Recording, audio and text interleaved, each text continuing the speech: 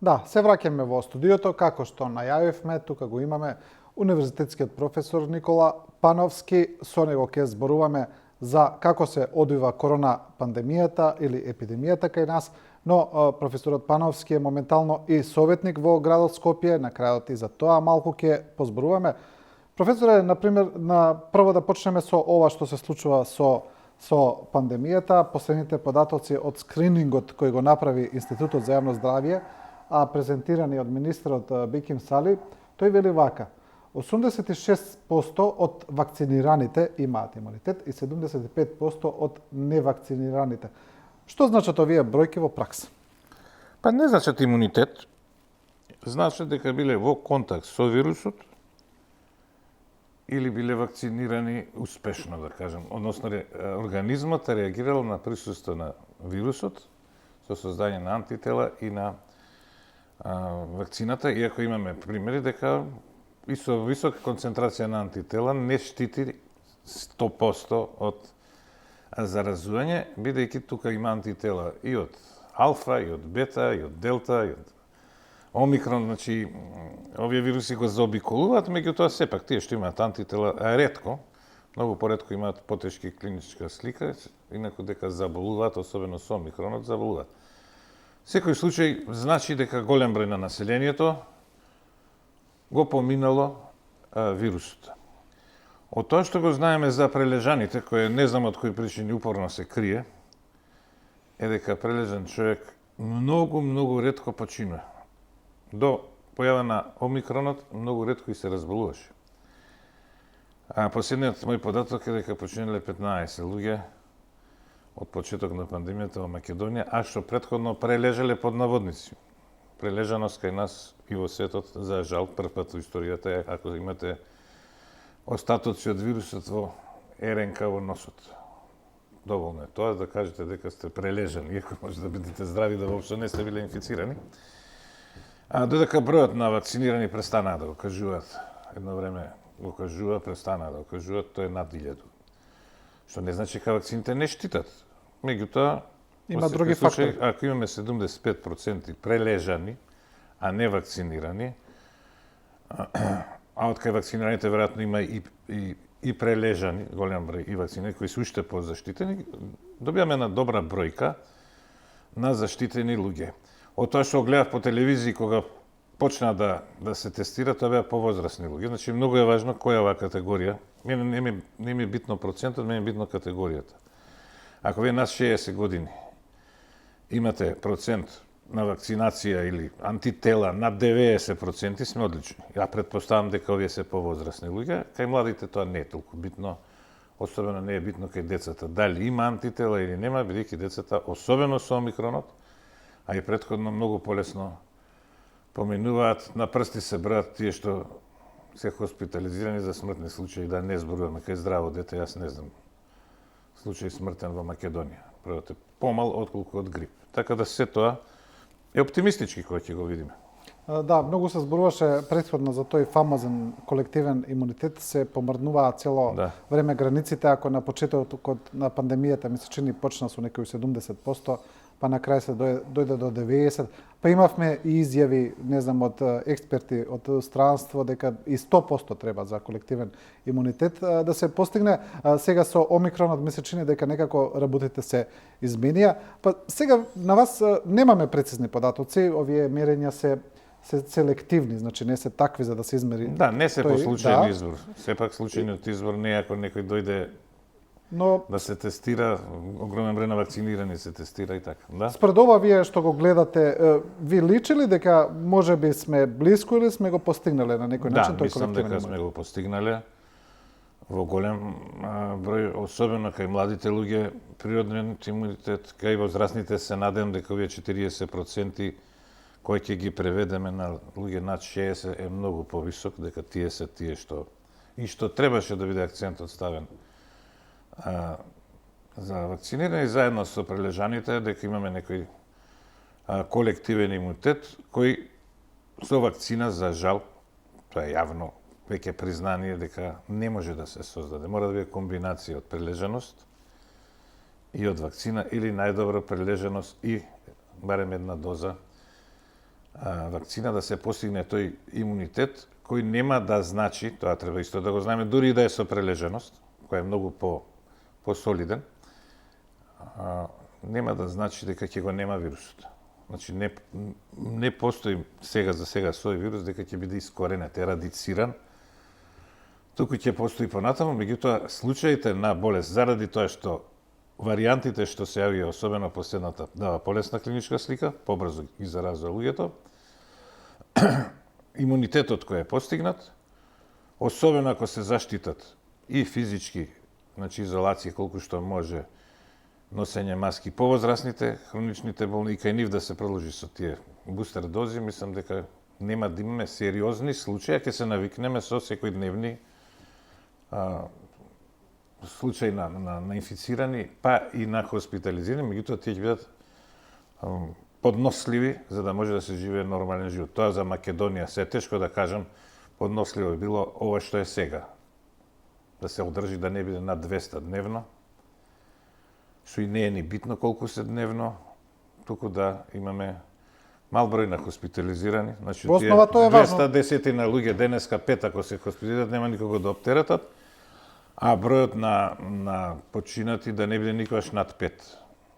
Во основа целата тоа. поента е оптовареността на здравствениот систем, да не се. Да, така е. И гледаме дека на запад и методологијата е смената. Сега се мерат Апсолутно. број на хоспитализирани на интензивна нега, да речеме, Да, тоа е хоспитализирани критериум. на интензивна нега и да живееме со тоа, значи да пројде од пандемија, да пројде во ендемија. Иначе тоа што порано се занесува дека ќе респираторен вирус ќе го спречат со карантини и така натаму, веројатно некој страв се јави од тоа што се случи во Италија и во Шпанија. Сега изгледа гротесно тоа. Ќе се затвориме 2 недели, ќе ги затвориме 2 недели училиштата, вирусот инкубација 2 недели, сите ќе се затвориме и по 2 недели ќе го нема вирусот. Тоа може во Кина, прашање и они дали ќе издржат, меѓутоа далеку се овие земји од таков начин на... Прашање е таму што се случувало, немаме баш податоци. Да, и немаме јасни, податоци. Мислам, тоа што го правевме ние во Дебар, замислете да го правиме 2 години, цело време.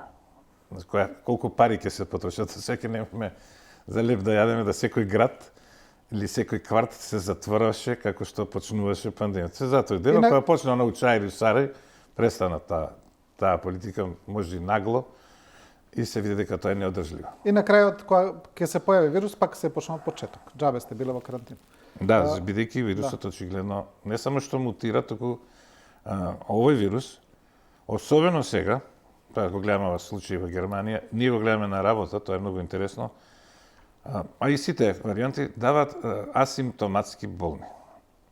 Дел од нив може да се лажно позитивни, меѓутоа дел стварно го имаат вирусот, особено заради тоа што имаат имунитет и сега доаѓа безпредметно, контрапродуктивно дури, PCR тестирање, тој е премногу осетлив тест. Кога беше во јануари пикот, кај нас на институт, сега ја не кажам имиња, значи кажам групно, меѓу другото имаме добро да тестираме здрави доброволци кои идат на испитување на лекови.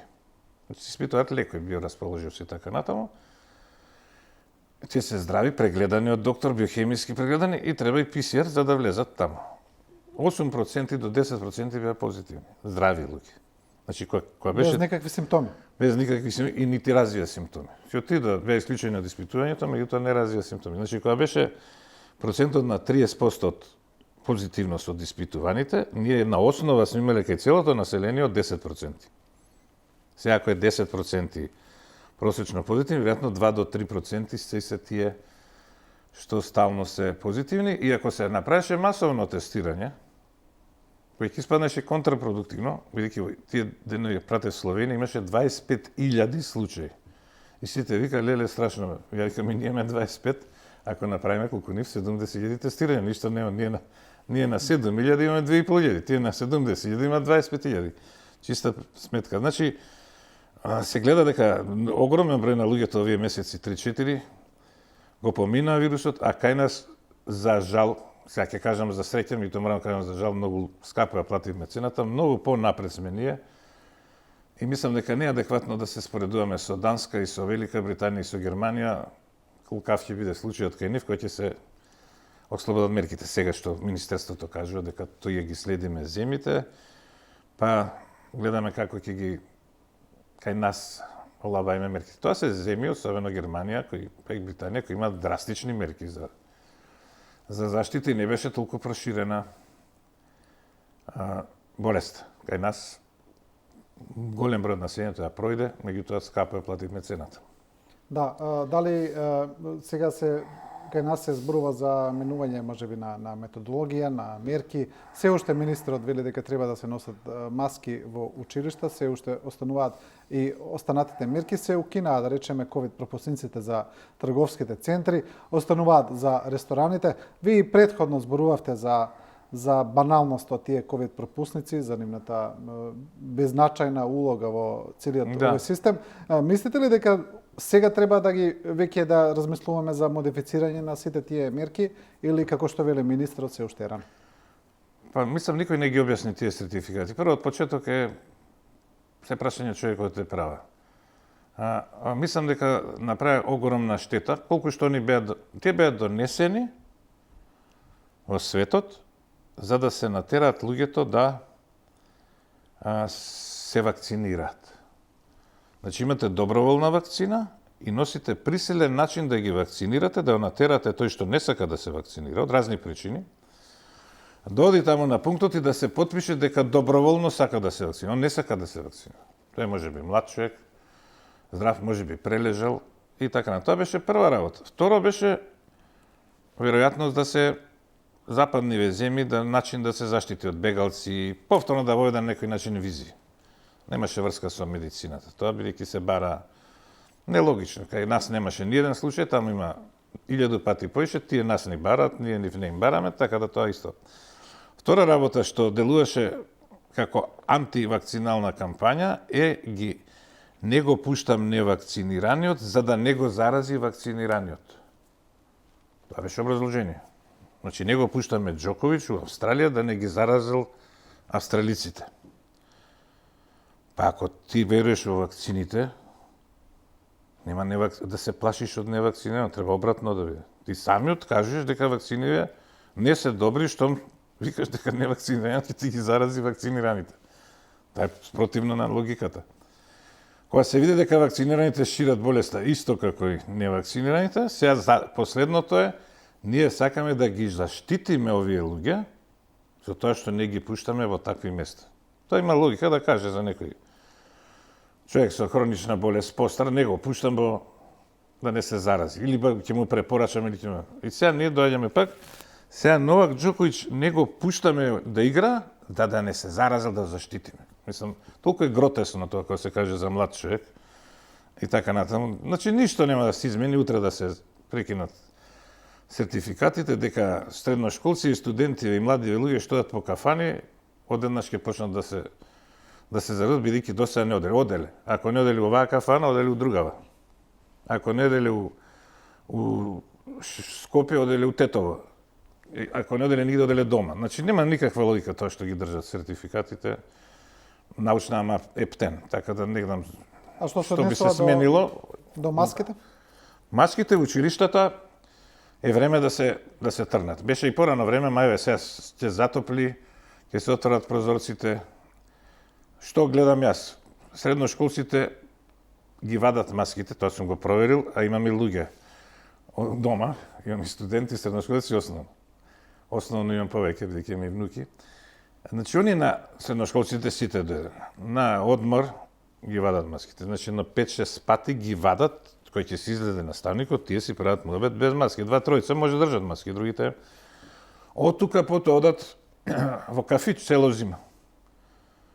Дури се среќава со колеги од другите гимназии, се мешаат меѓу себе. Тоа е секој ден. Навечер пак се излегуваат, петок, сабота, недела. Која е логиката на маските кај нив? Ако направеше професор Петличковски, имаат пријател, кај средношколците, ќе беше над 90% антитела, особено 4-та година. Маливе деца веќе почнаа да одат по родендени, дозволени се. Значи, сега јас со сабота однесов ќерка ми, беше 2 сата со децата, без маски, а од понеделник пак со маски, истите деца. Баш кај што се дружат надвор дома, и тие ги вадат маските. Така да не ја гледам логиката да се мачат децата со маски, дека тоа ќе биде прво, нема да има голем број на случаи, второ, што ако има? Секој дете мора да пројде. Ако неговите родители, баба и дедо 2 години не се заштитија, нека не го злоупотребат детето да ги штити. На крај крајва, нема да биде забрането да се носат маски. Нема да биде задолжително. Кој сака? И понатаму може Да, да бидејќи има многу деца, па што и воопшто не одат во школа, бидејќи имаат потврда, има такви многу и лажни потврди, дека имаат дома некој болен за да не го заразат. Уште еден... Би останале маските, значи, во продавница,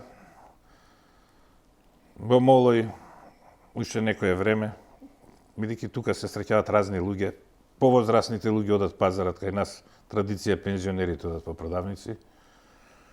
На работни места. Работни места кај што има многу луѓе. Значи таму кај што краткотрајно се носи, во банка кој ќе влезат така, не е страшно да се поноси. Овде сепак се носи со саати маската. Да, имаше и нели тоа истражување дека и толку долго носење на маска, особено што кај нас маските не се менуваат, не се носат правилно како што треба. Да, и не се дека хируршки маски сите, туку се платнени хируршките, полесно се диши со хируршките. И второ, цело време викат хирурзите цел ден носат. Не, точно дека цел ден носат хирурзите маска. Хирурзите оперираат еднаш неделно или 2 пати и носат маска додека трае операцијата. Не е дека 24 сата носат маска и така натаму. И овие ковид центрите носат додека се внатре, не се цело време.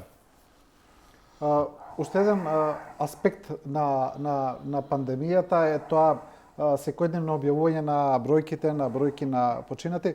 И сега тука има два аргумента за и против. Аргументот против е нели оној што цело време се зборува зошто не се објавуваат починати од други болести, што се случува, заразени и така натаму.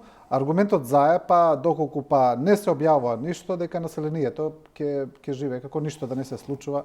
Значи премногу ќе се опуштат сите, цело време ќе се расплени таа ситуација. Сега сме во една нова фаза од пандемијата, што мислите сега вие за понатаму како треба да се постапа? Па треба, реков, кога ќе падне под 5, не би требало на вести да се објавува. Нека седи некаде кај што може да се прочита, кога ќе биде континуирана таа бројка, бидејќи тогаш нема логика ако во Македонија починува 65 просечно луѓе на ден. Тој број кога се пиковите оди на 100 дневно. 2-3 од ковид, ако се тие 65, секако дека има некои други болести кои може би се позначени. Второ е прашањето на методологијата на тоа објавување. Значи, починале дома од ковид, се уште се тера тоа дека дали починал од ковид или со ковид.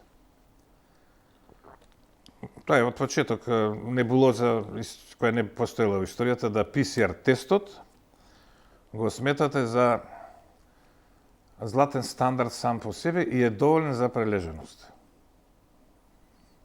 Значи има случај кои лежеле во болница, кои едва спасиле жива глава, ги имале сите симптоми на ковид, имаат антитела против ковид и не се водат во прележани. Зашто случајно ПСР не направиле или ми испаднал негатив. Нема доказ дека биле позитивни. Да, има луѓе како што е Новак Џоковиќ, повторно ќе спомнам, бидејќи сите го знаат, кој 2-3 пати бил позитивен и никош не бил болен нити имал температура. Тој се води како 2 пати прележан, дури као реинфекција второто, што е мислам нонсенс. Значи тој тест и таа притисок дека вакцините се мене пречи и мислам дека направи најголема штета. Тој сам по себе бил златен стандард. Не може ако си позитивен, а не се разболиш, да го крстиш човекот дека е болен. Не знаеш ни дали е инфициран, дека е инфициран, треба да видиш дали има антитела, дали организмот реагирал. Ја цело време кажувам, замислете сега, имате тест за бременост и да кажете тестот за бременост е златен стандард. Што е кај бременост тестот златен стандард? Златен стандард е дали жената ќе забремени. Значи, ако го направите тестот, испадне позитивен, а на жената не и расте стомаков, месец, 2-3, ќе кажете тестот беше лажно позитивен. По оваа методологија кај ковид, вие ќе кажете дека она е трудна, без разлика што никош нема да и порасне стомакот. Исто и кај направите ПСР тест, позитивен, човекот не се разболе. Нема антитела. Не е прележан, не бил болен од ковид. Тоа е целата работа, така да во умрените, па нешто сулудо е, што уште не знам како на некој може да му текне во пандемија, Па потоа се чудат зашто имале заговор дека човек што ќе го прегази шинобус или ќе ма удри со камен или ќе се самоубие да го кажеш о ковид. И уште се тера тоа. Тоа е монструозно, не знам како да го објаснам. Меѓутоа, покрај овие што ги знаеме, има уште толку за жал кои починале од ковид, а не биле диагностицирани и за време на пикоите огромен број на луѓе, бидејќи имате вие чекање за тест, 2000 денара тест, дома почина без да се докажат. Сега очигледно ги откриваат, меѓутоа, ако видите лани, преклани во ноември, декември и сега со Делта, огромен број на луѓе прочинале, односно до сега по Заводот за статистика, тука нема бегање, не починале 9000, туку 16500 луѓе повеќе, отколку што би починале предходните 7-8 години. Значи, страшна работа, скоро. Имаме огромен вишок ексцесивна смртност имаме, која не е 9200, туку е двојно од таа, скоро двојно од таа, кај што заради непружење нега, заради тоа што не оделе по доктори, заради тоа што нема вие мониторинг на разни болести, карциноми и така натаму, значи, а дел од нив се починат. Како што има 9000 што не се од ковид, така има во овие останатите кои се од ковид, кои не се открили. Значи, една страшна бројка имаме на починати, која во некои земји, што не е зутеха, ама, еве да кажам за гледачите, како што е Србија, Белорусија, Албанија, кои се фалат со 5 пати помалку смртност од кај нас или 3 пати или од светот, која ќе се види статистиката, сме исти. Да не се чудат луѓето дека... Значи, не само не ги забележале, само како да, во почетокот знам дека Белгија кога беше на врвот, се кажа дека кога се направи статистиката прва година, Белгија падна, излезе од првите 20, бидејќи она скоро таму многу мала разлика беше од ексцесната смртност и умрење од ковид. Кај нас пола-пола, а во Албанија само 20% беа ковид, 80% од нешто друго. Нормално дека не ги регистрирале и така натаму. Професоре, уште ова прашање во поглед на пандемијата, уште кога се појави, веднаш почнаа предвидувањата колку ќе трае, што ќе се појави, како ќе мутира вирусот, дали ќе мутира во посилна, во поблага варијанта, како сето тоа го објаснуваа вашите колеги тука и во светот. Сега ми се чини дека се појава на Омикрон варијантата, евидентно е дека тој мутирал во една послаба форма во поглед на симптоми, поинфективна, но послаба по симптоми. Што мислите, дали овој тренд ќе продолжи? Постои ли опасност повторно да мутира во нешто поопасно? Па сега има некој делтакрон, комбинација од делта и омикрон. Меѓутоа бројот е толку мал да не може да се оцени дали и не се шири, се уште 2 недели помина. Десетици случаи се и не може статистика да се направи, истражувањата се отет. Тој не е нова мутација, тој е комбинација, бидејќи прв пат се случи во вакав голем број и делта и омикрон во декември, јануари да се сретнат и логично е дека кај некој човек ќе се сретнат во организмот и да направат таква комбинација. Некоја нова мутација за сега што ќе заслужи нова грчка буква, за среќа нема, или за несреќа, бидејќи мутациите може бидат и корисни, кај пандемиите се гледа дека вирусот се адаптира, за разлика од SARS-CoV-1 кој го снема, бидејќи беше многу агресивен и луѓето успеа со тие мерки со кои пробавме овој да го, што беше голема грешка, да се отстрани, го нема 20 години. Овој вирус очигледно ќе преживее, под наводници по-паметен, бидејќи со тек на времето како иде, создаде еден сој кој е помалку вирулентен, кој ги напаѓа луѓето, и вакцинирани, и прележани, меѓутоа ретко ги убива. Тоа значи кога ќе се одржи, ако многу ги убива, он заедно со нив оди во гроб, нема логика за обстанок. Значи, ако сака долго вечен да биде, како што е вирусот на грип, тој ќе мутира во позитивна смисла за нас. А таа е позитивна и за него, бидејќи не е целта на никој организам да го убие домакинот. Тој е паразит.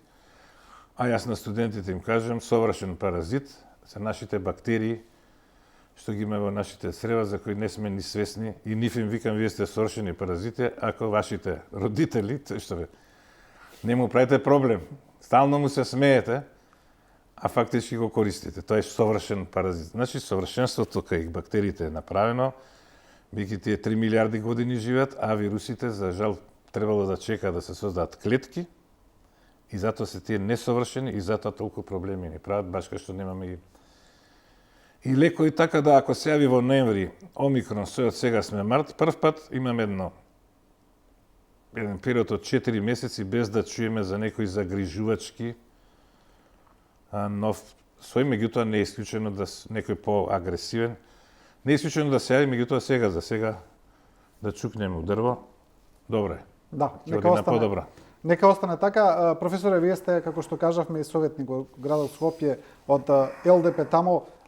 Има доста, гледаме, актуелности во основа во градот. Најмногу се зборува за оние проекти кои беа започнати од претходниот градоначалник, која новата градоначалничка прво кажа дека нема да ги продолжи, па после рече дека сепак ќе ги продолжи во интерес на граѓаните.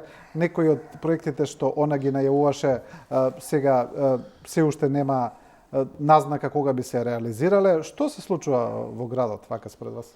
Па тоа што се случува во градот гледаме преку медиуми. Во Советот не се зборува за овие проекти, не се постуваат, се носеше буџет, извештај на работа на јавни предпријатија и така натаму.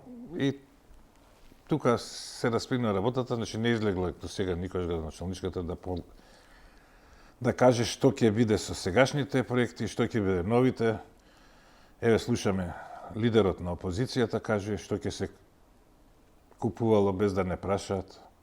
Дури јас на советнички прашања сега на 10 март прашав што е со тој брз автобуски транспорт, како е пројдено значи да рече не прошло ни совет, дали можело да се земат 70 милиона евра кредит без да пројде на совет.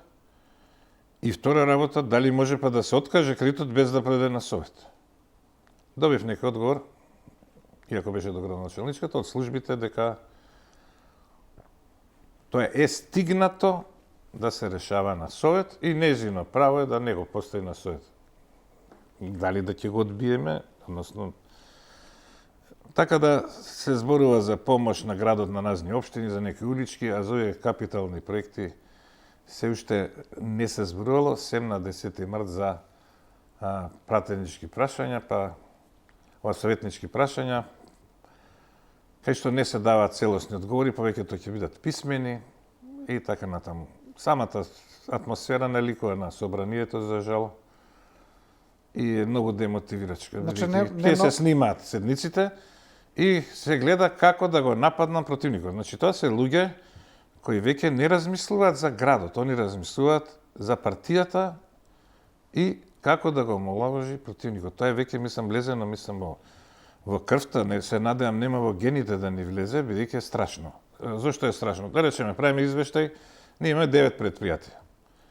Може да сте најдобар во свет директор, те направиле чуда во јавното предпријатие, дават извештај, годишен. Ако сте били од СДС, да кажеме, сите од ВМРО ќе гласат против вашиот извештај. Ако сте биле најлош директор, како што има во едно предпријатие, кој признават и СДС, кој ќе дојде до гласање, сите од СДС ќе гласат за извештајот, дека е супер. И тоа се одеднаш, у 3 месеци ќе се смени. Се плановите на нови веќе се обратно се гласат. Така да, кој е мотив, ако сте на директорска функција, ако сте некој човек во јавно предпријатие или било каде во оваа држава, да работите кога никој тоа нема да ви го признае, бидејќи ќе гледаат како партиски човек. Значи, многу е тешко. А тука градоначалничката до сега не сме осетиле дека е градоначалник на сите. Какви се незините односи со ВМРО, не знам, меѓутоа со останатите нас се никакви. И на овие светнички прашања еднаш рече да два пати што се јавила е поекстремно од ВМРО ДПМ, не во одговарање на СДС и така натам, така да не знам, една мачна атмосфера. Тој бифтекот што го јаделе бившата власт и нас ни преседна. Само а вие бифтеци јадевте, ние ќе работиме. Тоа е, на тоа се сведува расправата во Значи ништо продуктивно и на мене како највозрасен ми е срам што седам таму. За среќа не сум ни во едните, ни во другите, така да има едно 4 души. Нашата коалиција ЛДП Дом, овие од Зелен град, четворица кои даваме некој понекогаш ќе се вклучат и од ДУИ и од Алтернатива. Левица е сосема сега за сега со ВМРО, не гледаме некоја разлика. Имаме некој шареноликост, меѓутоа за жал граѓаните, тој што го викаме трет пат, не ни овозможија да зависи од нас. Ни треба уште 3/4 такви советници, па да имаме фактори да ги прекинеме безсмислени дискусии кои ги гледаме секој ден, барање на паузи, трајање по 18 сата, од кои 10 сата се пауза, натегање и 99% историја, како вие работевте и така натаму. Да, според ова што го кажувате, за жал, граѓаните би се чини дека малку може да се надеваат на нешто корисно од градот. Мислат дека тоа што се снима, дека некој ќе ги гледа, нема друга работа да ги гледаат. На вако.